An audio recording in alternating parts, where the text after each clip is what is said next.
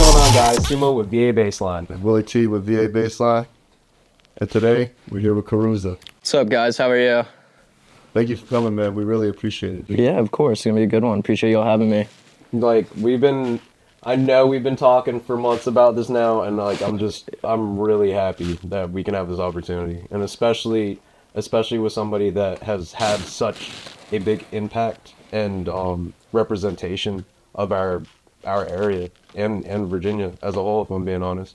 I appreciate you guys having me. It's gonna be super cool. Got a lot of stuff to talk about tonight. So I just want to kick it off with like, what was it like growing up out here in the 757? Like how would you describe to me, like, how's the beach life? What's popping out here, and seeing the things you did out here in Virginia Beach? So born and raised in Virginia Beach. I was born in 1998. We grew up near Bird Neck. Okay. I went to school at Cape Henry for 11 years. Okay. It was cool. I really enjoyed growing up out here. I was probably about 5 minutes from the beach. Went to the beach a lot of surfing, a lot of like skimboarding. Played soccer a lot growing up and basketball, some snowboarding, swimming, tennis. Really just like my parents kept me active pretty much, so I didn't really have a choice, but yeah. I mean, it was cool. You kind of got the build for it too. You know what I mean? Hey, seriously, that's tough.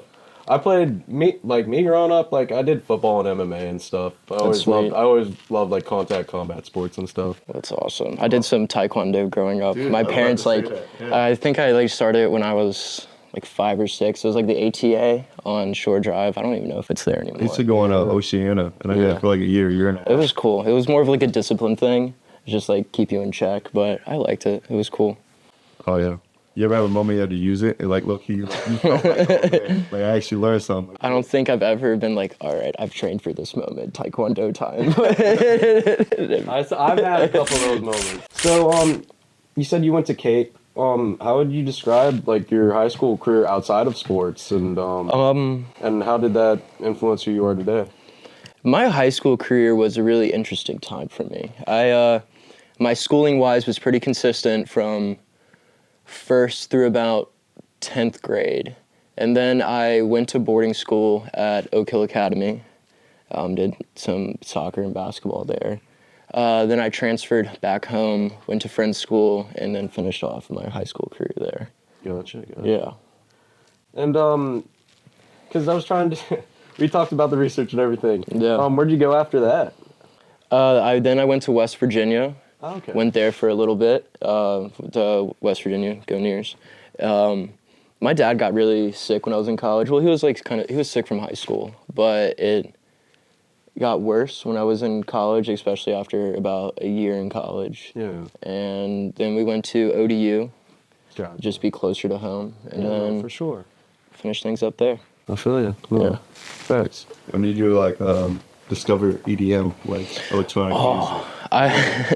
EDM's been something I've been listening to for a while. I remember when, I think I was in 6th grade, when Scary Monsters and Nice Sprites, that whole Skrillex era came out. And going to private school, I definitely wasn't the most popular for liking EDM, especially with it already being super niche community already. But the music I did play and the music I did get to share with my friends was more adrenaline-based music, hype music. Yeah. I was always wanted to like bring the speaker on the bus before the game and get the boys lit before playing whatever sport it was gonna be. But I couldn't ever really like play EDM, and then people thought I was kind of like weird for liking EDM and playing it. But did it on my own time. Always really liked it. Was super into progressive house and like big room house as like my introduction outside of Skrillex. So like Martin Garrix, Nicky Romero, like Tiesto, Armin van Buuren, that whole area. And that was always just like really exciting EDM for me at the time because I was super new. And then I got exposed to RL Grime, and then the downhill spiral.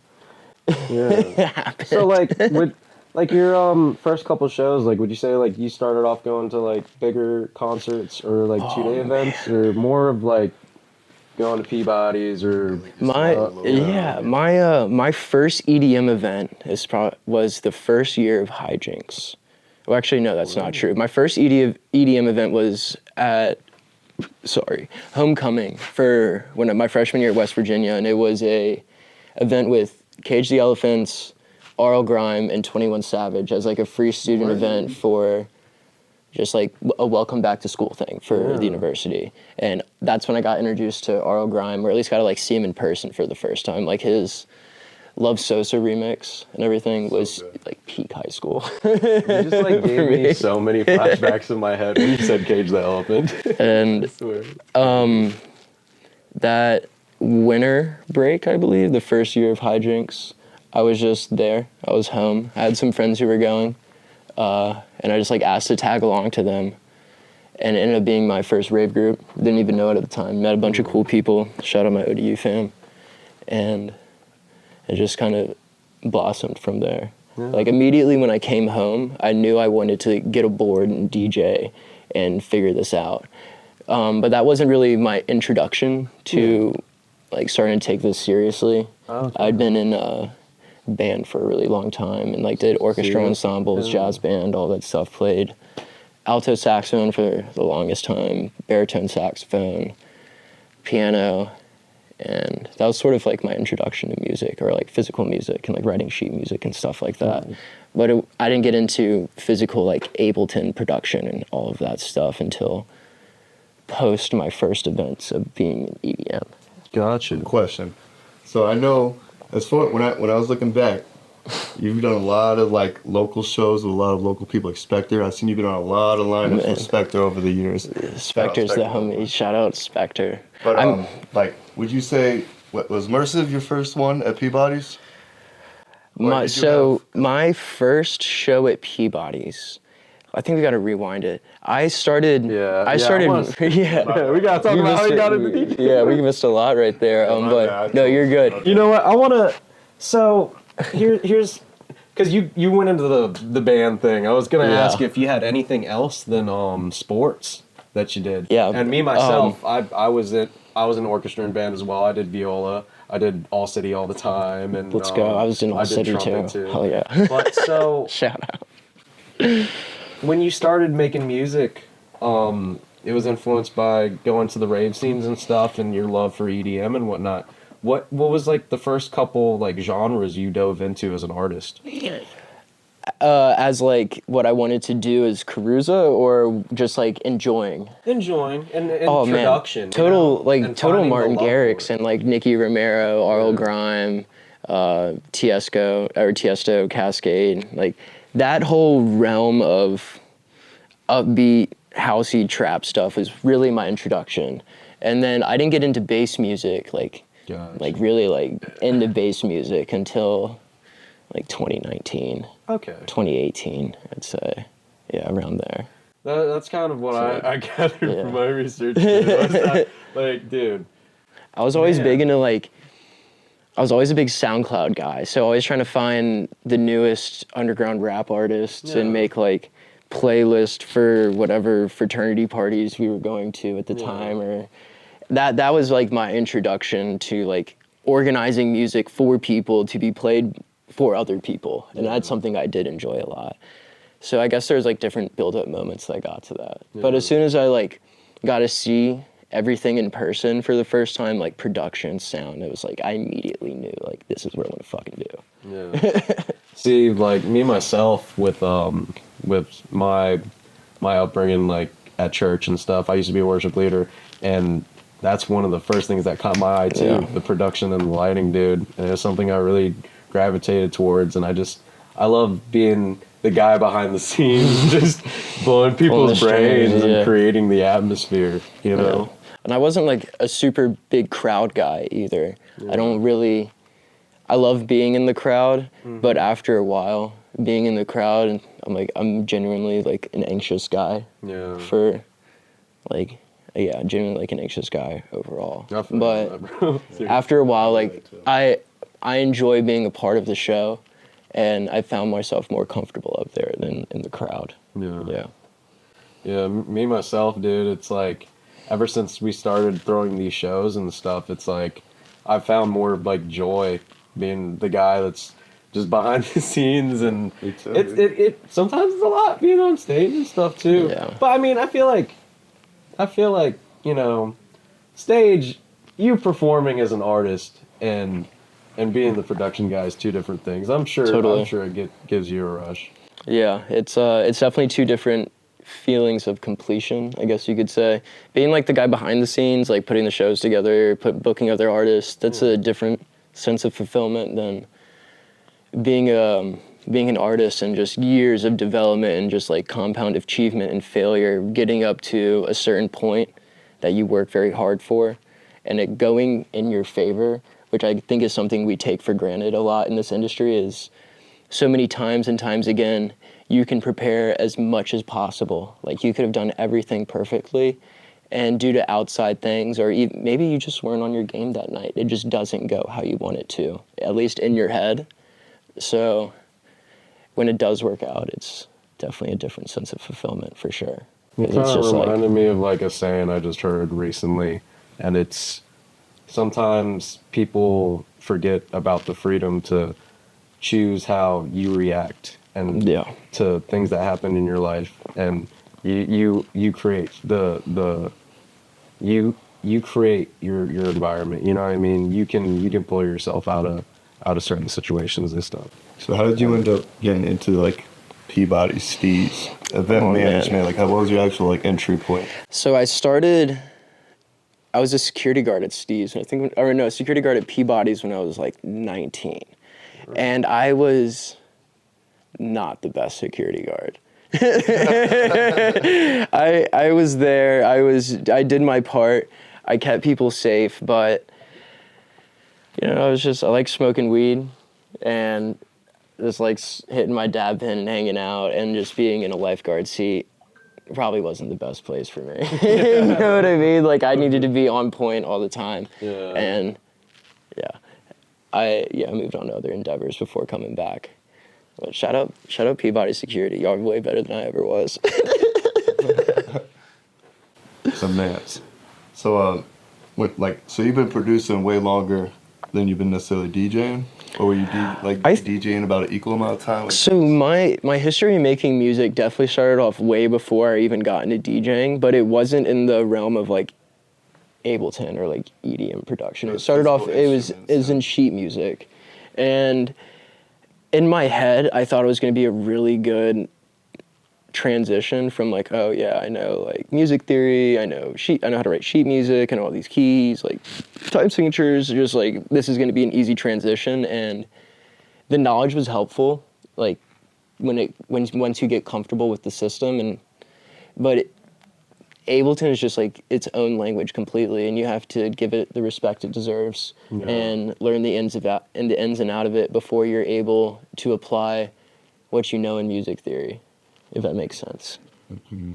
So yeah, I feel a lot of my like recent friends, a lot of them are starting to produce and stuff, and like for me producing, it's just like another language that I speak, and it's hard to describe to somebody else like how I do it, you know? Because I've always done it based off of, I've always felt like I've had a natural like ear for it and stuff, especially, you know, being in it so young. And I'm sure you can probably relate to that. Yeah. But no, so like what was your very first set you ever did? Oh man. I think my very first set was for my rave fam that I first met at Hijinks. I just went to one of their weddings. Super cool. And that was probably like 7 years later. Shout out Joss and Andrew. But just playing for them in their whatever house that they were staying in at ODU. I'd bring over like my plastic Newmark board that I would plug into my laptop. It would glow up all these neon colors and whatever the fuck. And I'd be like in a collared shirt, khaki pants, and probably some Sperry's or flip-flops trying to mix dubstep in their living room. And not because I'm like, let's have a party, but I just wanted people to be there to have some sort of like critique into what I was doing. And I just also liked being around people. I have 2 sisters, but I grew up as an only child. So I guess just being around people was something I was naturally gravitated towards. And that just like kind of worked hand in hand. But my first show, when was my first show? My first headline that I ever got the chance to play was at Elevation 27 for Halloween, when somebody was unable to perform that night due to their own reasons.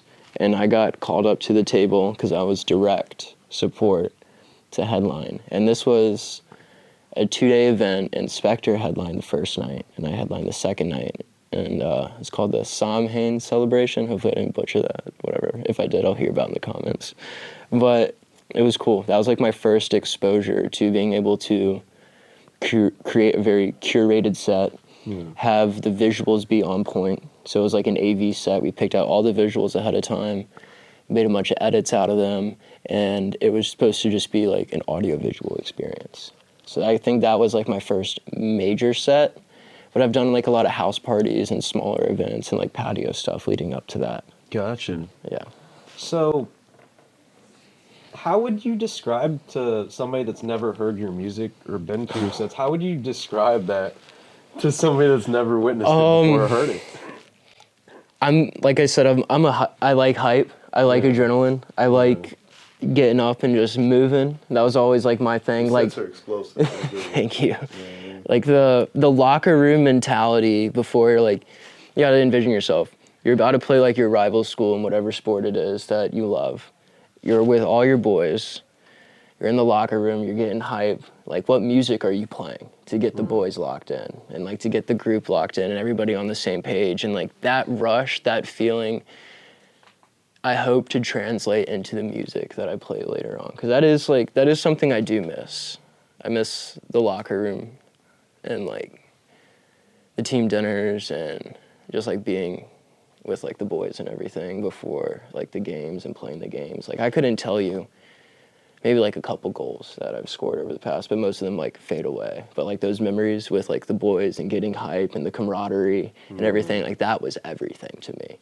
And I hope to translate that a little way in my music with just like big hype, adrenaline, heavy dubstep, just bass in your face, just one after another. So that's how I kind of get to relive that, is when I play like the heavy shit. I'll never forget the moment I discovered you. Oh man. At shows, but I didn't know the name Karuza. You know what I mean? Just yet. And I wanted to go see Subtronics over at Echo Stage. I want to say it was like this end of the year 2024. I want to say. And the first time I went back to Echo Stage in a long time.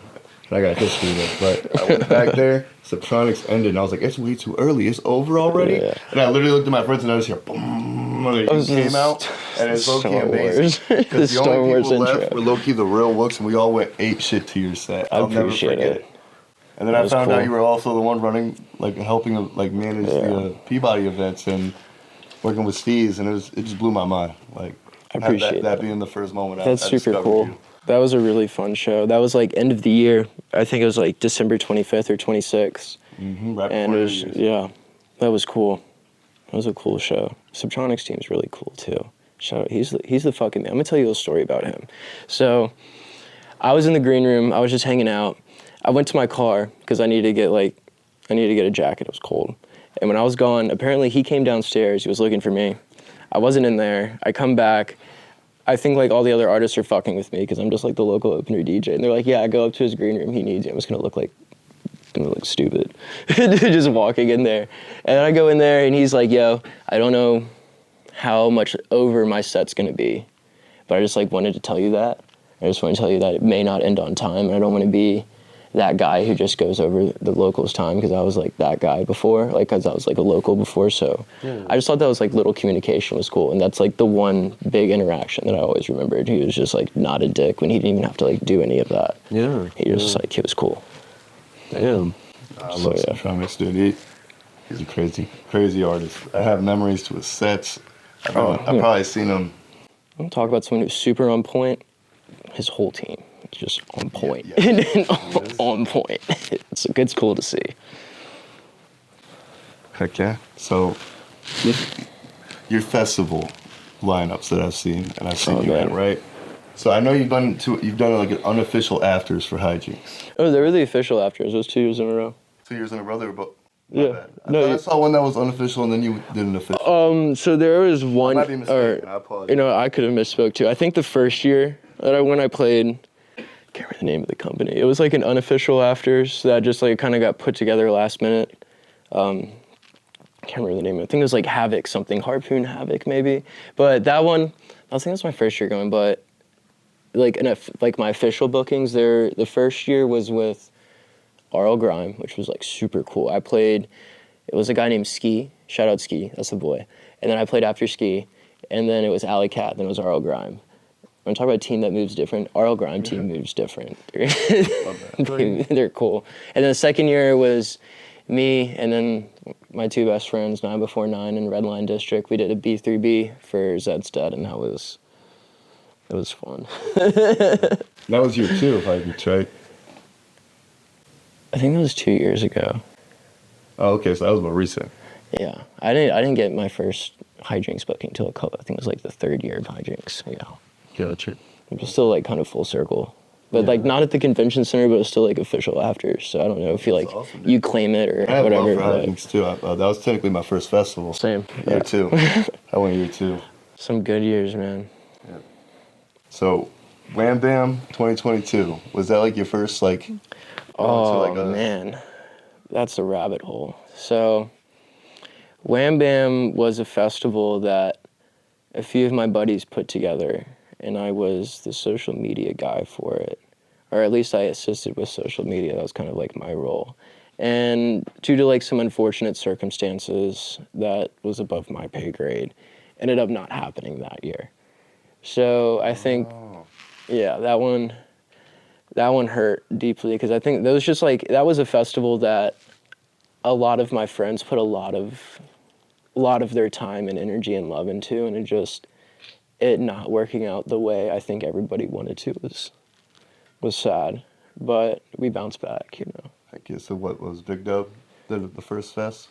Or what Oh was your man, first, like, festival? my first like actual festival was, I think during the tail end of COVID it was a smaller Big Dub called Micro Dub, and then I played Micro Dub. I know this is some crazy stuff. I don't know. Yeah, it only happened 1 year just because of like the times that we were in, and then after that I played Lil Dub, and after Lil Dub I got booked to play Big Dub. And then I played Big Dub for a couple of years in a row, and then a couple of various Lil Dubs in there. And then I didn't play for any of the dubs for a couple of years, and now this is my first year back at the dub. Thanks, man. It's gonna be super fun. I wish I could go.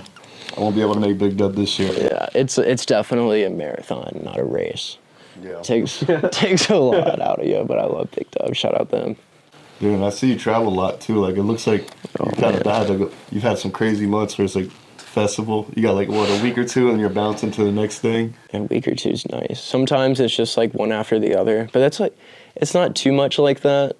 Hopefully one day it will be one after another all the time, but my spring and summer season are definitely a lot busier than my fall and winter. So it's just how it balances out in the industry. So yeah. So like, how's balancing the having your own shows, the music production, and then at the same time doing lights production and steez and everything? Where I feel like shoot, I think about my plate. It's definitely a balance for sure. You just, Yeah. I think time management's your best friend. Yeah. And not falling behind and just letting things stack on top of each other. And when it comes to like the steez stuff, we have a pretty well-oiled machine up over there, so Gotcha. a lot of the things are a lot more routine, except for the bigger one-offs where they require a little bit more hands-on personal attention. Gotcha. And even at like Peabody's, we're a super built-in venue, Yeah. so all we got to do is get a few things in order to apply it to make sure that the show runs smooth. But you never know, wild cards happen. So a lot of it's just go with the flow and don't ever say that's someone else's job. Yeah. Especially if you can do it right then and there. did you always have this want to be a leader, or to help? I mean, like, how did you fall into it? Man, so Is it something you're thankful Yeah. for, though? Oh, Like, I'm very grateful to Yeah. finally be able to be doing something that gives me fulfillment instead of something that I'm sitting here wondering, is this going to fulfill me? yeah. And it's been a lot of occupations to get to this point, and a lot of triumph and failure to get to this point. And even now, like, there's just so much to accomplish even now. And there's so much left to do, but I'm extremely grateful for where I am. I feel it, man. No, and I definitely love the fact you always try to put other people on. Even though you Appreciate got it, your man. own things popping off, and Yeah. you're starting to like hit that next level. You never forget the people where you started and what it's like to be that. Dude, most of the guys out here, we've known each other forever. It's just, I guess it just happened to be this way, not intentionally. I don't think like it ever, like, would you ask, like, did you ever try to be a leader? And I don't know. I don't really even look at myself as a leader. It's just a lot of the guys out here, we're super close together. We know each other's goals, we know each other's dreams, but we're also realistic with each other that you can't just count on one person to accomplish your goals. Like, it's going to take a lot more than just having somebody feed you bookings. And even when it comes to me playing Peabody's, I didn't play Peabody's, I think, for like 15 months when I was in this booking role.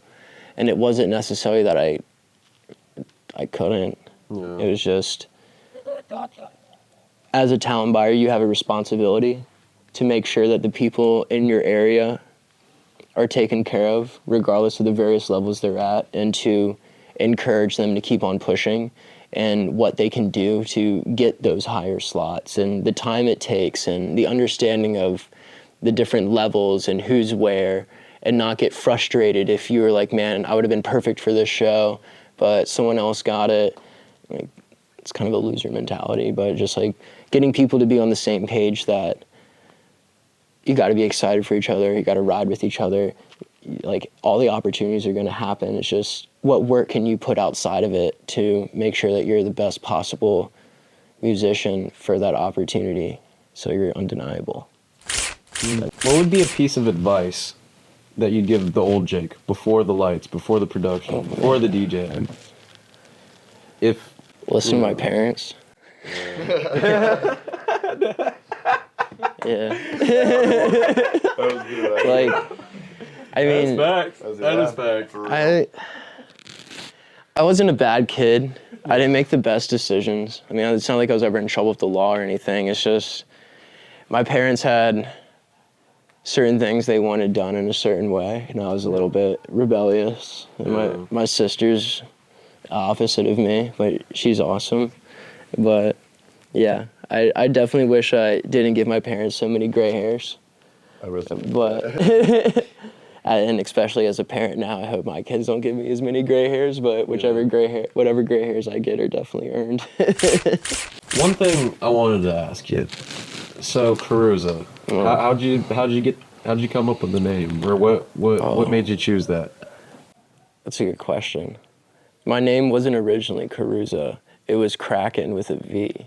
Gotcha. And I picked that name for myself just because of my love for Pirates of the Caribbean. And I was close by the ocean front. Yeah. And I was just trying to do something that I felt like represented the project well, and also that I could attach additional marketing to. And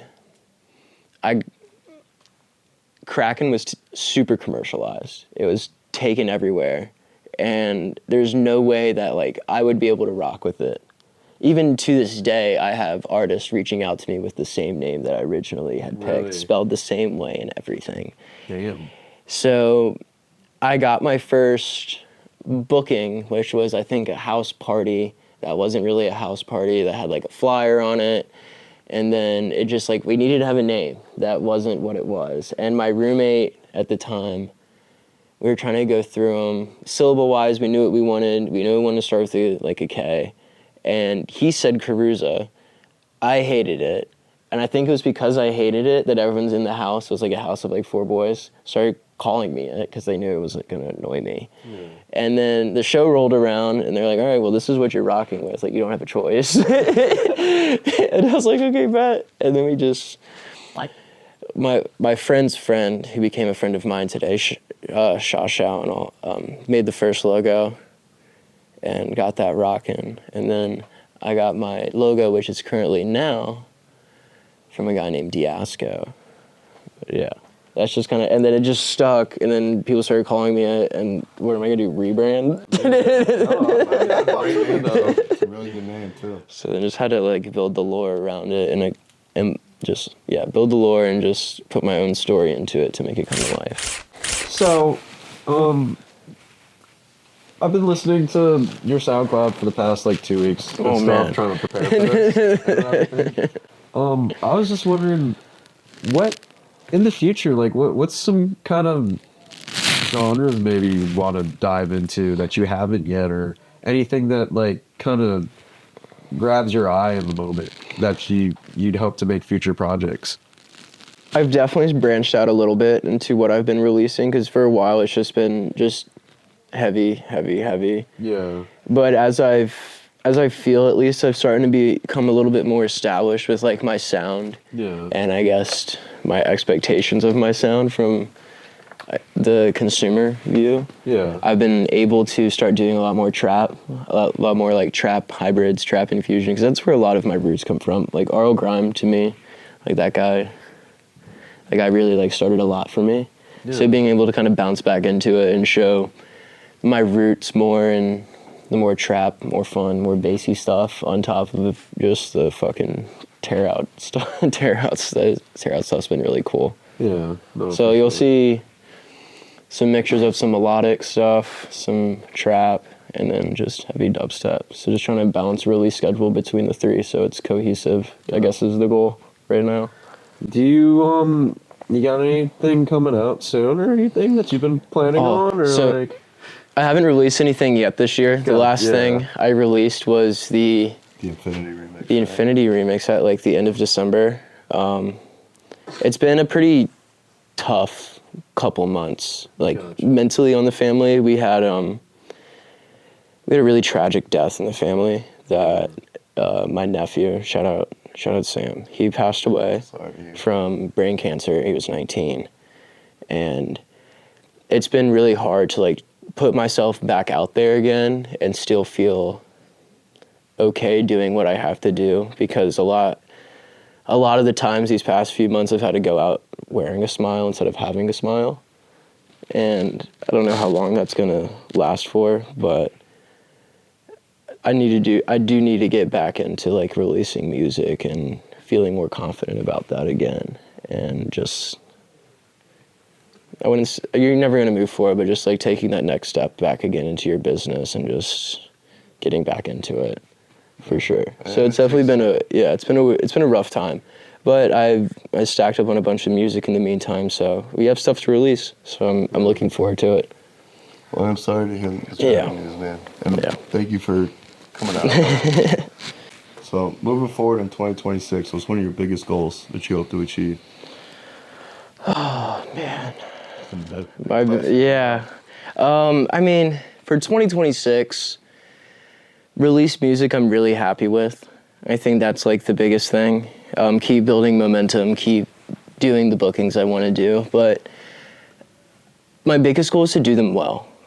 A lot of times when you're playing a bunch of shows and you don't have a lot of time to keep making new sets or new music or all of this, I wouldn't say it gets repetitive, but the way certain performances feel, regardless of what you're playing, doesn't necessarily feel the same. And I think for this year, I've been working really hard, but just to be as prepared as possible for every set that I play this year, and to be able to go home after each set, lay down in my bed, put my head on the pillow and be like, yeah, like good shit.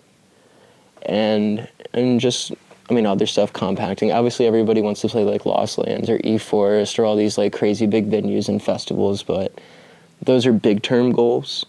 And you have to accomplish a lot of the little things before you can reach those big goals. And I think it's fair to have those goals, because what are goals if you're not going to aim for something? But to be realistic with yourself and understand, this is where I am in my career, this is what I need to do, and this is how long it's going to take me to build that, to let that compound before I should be realistically thinking like, hey man, I think it's time for me to be shooting for these big stages. Yeah. That makes sense. Yeah. I say a lot, like, I'm not trying to sprint the marathon, I'm trying to jog it, you know what I mean? Absolutely. It's a 10-year game minimum. The quicker you rise, the quicker you fall. Yeah. I've been around long enough to see those rise and fall. Yeah. I mean, I have friends who I started this out with, don't even do this stuff anymore. Yeah. And like, that's just as heartbreaking, but everybody has their limit, and it's how far can you push yourself past that limit in hopes of getting to where you want to be. Man, geez.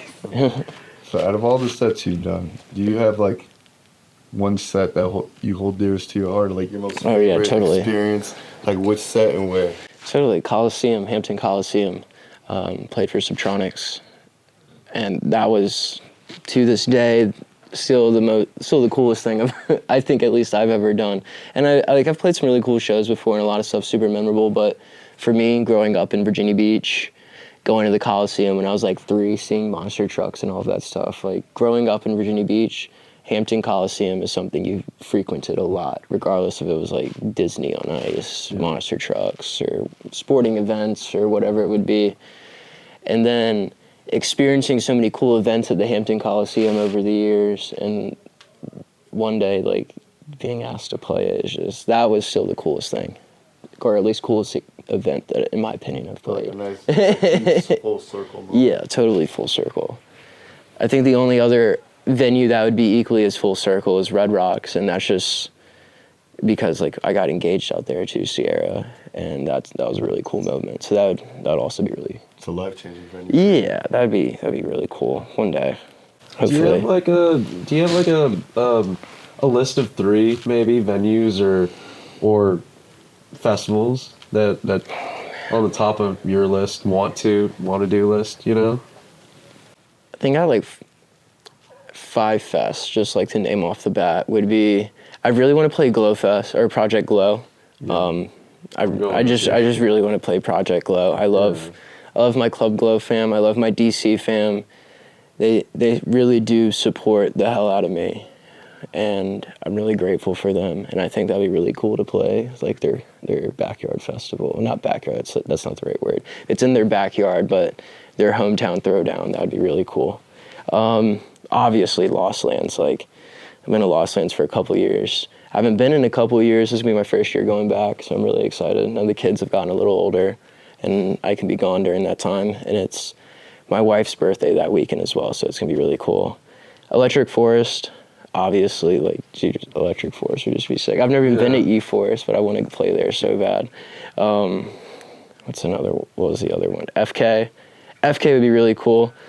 I feel like just the branding of FK and like the Karuza branding just matches up perfectly. And then it's just the dubstep fest. Like, it's sick. And then, FK, Lost Lands, E-Forest, Project Glow. Those are definitely like the big ones. And Shambhala, that'd be really cool too. And that's like out in Canada, on the other side of the world. That was something we were trying to plan last year, but everybody was just, after that festival season, it was just over, you know? Yeah, season was crazy.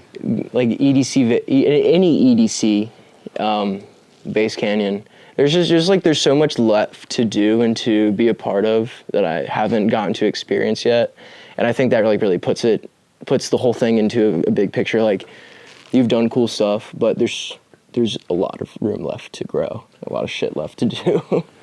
So as you like get farther in your career, like, do you still hit shows for fun, or is it usually like some business behind it typically? Like, it's only business, or do you usually? I go to shows for fun when I'm able to. Yeah. And that sounds like, yeah, no shit. But the majority of the time I'm not like traveling for Karuza. I am working with Steez, making sure shows happen. But if I'm like out of town for a show and I'm like there a day early and something cool's going on and I can go hang out, that's when I get to like enjoy shows, if that makes sense. Like this past weekend I was down in Hollywood, Florida, like Fort Lauderdale, Miami area, playing at the Hard Rock. And we went down a day early, got to go into Fort Lauderdale, like went to Chemistry, hung out with some friends, watched Drink Your Water and Costa play, and like that was cool. Got to like hang out and like chill with the boys. So yeah, I do get to enjoy shows, but Yeah. rarely. Yeah. And it's like a little different now, especially like running things. But yeah, I think we should probably like define enjoy shows. Like I enjoy every show that I'm a part of. Yeah. But like be able to go to a show and not have any responsibilities, as in like to Like decompress. Yeah, like to actually like make sure the show's going okay, just like know that that's being taken care of, and I can just be like I can just enjoy being at the show. Yeah, I don't. Pretty much being like a spectator. Yeah, Just, like, totally. Operator, yeah. Yeah, totally. Yeah, you said it better than me. If you could do any back-to-back with anybody right now, who would it be? Like right now. Yeah, Right now. Oh, bring me Red Line District. Bring me Red Line District at 9 before 9. Hit us up. 9 before 9 in Red Line District. Bring the boys down and we'll have a time. But like, as it like dream back to back, obviously like playing with Excision would be a fantasy and a half. But like realistically, like the boys back to back is always the best. Thank you for joining us, for real. Like, Cool. It was great to have you as a guest, man. Appreciate it. your time. And thank you for Absolutely. all the lore. Yeah, and no, I awesome know conversation. we're all busy Yeah. all the time. Yeah. Check out Yeah. Karuza. I'll have everything punched in. This episode was shot by BLUEPIECE Productions. Check out VABASSLINE on Instagram, our link tree. Okay, we'll get you everything. But thank you again, man. Appreciate you guys.